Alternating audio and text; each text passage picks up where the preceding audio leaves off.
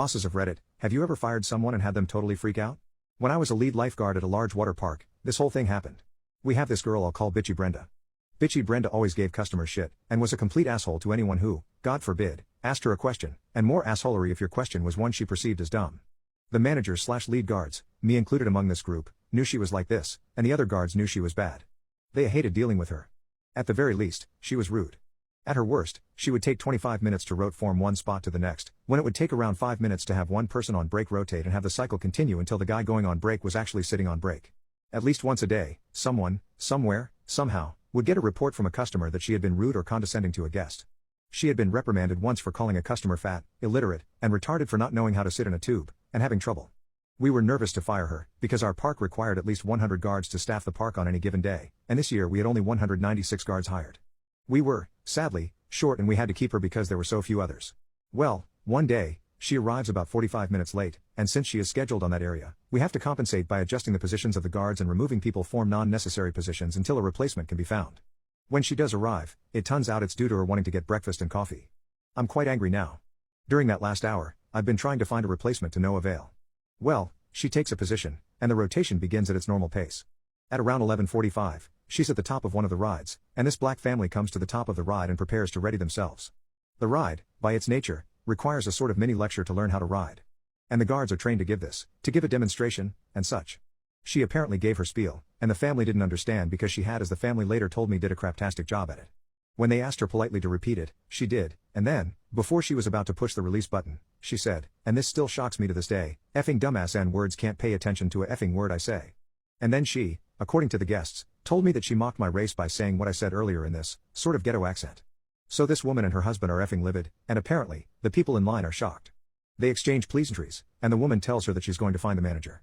Bitchy Brenda replies, good. Do it. If you can find him. I don't give a F. It's one less group of morons I have to deal with.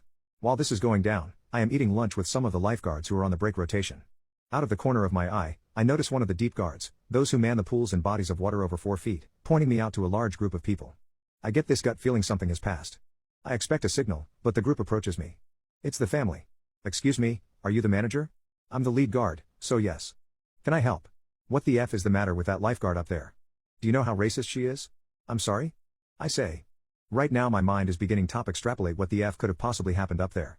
Your lifeguard, Bitchy Brenda, she called us retarded and the N-word. Yay man, that lifeguard is crazy. The father says. I facepalm. But now, I am done with this shit, and Bitchy Brenda has crossed the effing line. It was one thing to be late, but this? This could get us sued for discrimination, and slander, and can ruin our reputation. I called Joseph, our park manager, to get down here right now, over the radio. She is getting canned, right now, so God help me. I have no real intention of asking any questions to this family. Joseph can do that if he wants. I trust these guests. This is exactly the shit I expect her to do. Listen ma'am, this is frankly unacceptable. Damn right it is. I've called our park manager and he, and I, are going to personally deal with this. We do not allow this kind of crap. I know you are mad, but you can rest assured that I am livid right now. Please stay here until we can get this settled. Joseph arrives with 2 security guards. He knows about Bitchy Brenda, and has had more than his fair share of talks with her. He does not smile, but his demeanor is hidden, and I can sense he has secretly been waiting for a good excuse to fire her. So Joseph, the family, me and Robert, this lifeguard who has volunteered to cover for a bit, walk up to the top of the hill where the ride is. Brenda? Joseph asks. You want to tell us what happened? Oh look, you brought the manager. Brenda. Joseph says. What? Brenda says snidely nothing happened. These stupid people didn't listen. What you said was racist and unprofessional. We do not tolerate this kind of behavior. What are going to do, punish me? No. We're past that stage. You've been terminated. Get out of the park. F you, this is the stupidest joke I've ever heard. You don't got the balls to effing fire my ass. No Brenda, this is for real. I say. You are one of the worst people I've had the pleasure of having to work with. You showed up late, have been rude to customers, have screwed up the rotations more times than I can count, and have refused to help guests with basic customer service. This park is done with you, and we no longer want you on the team. Right.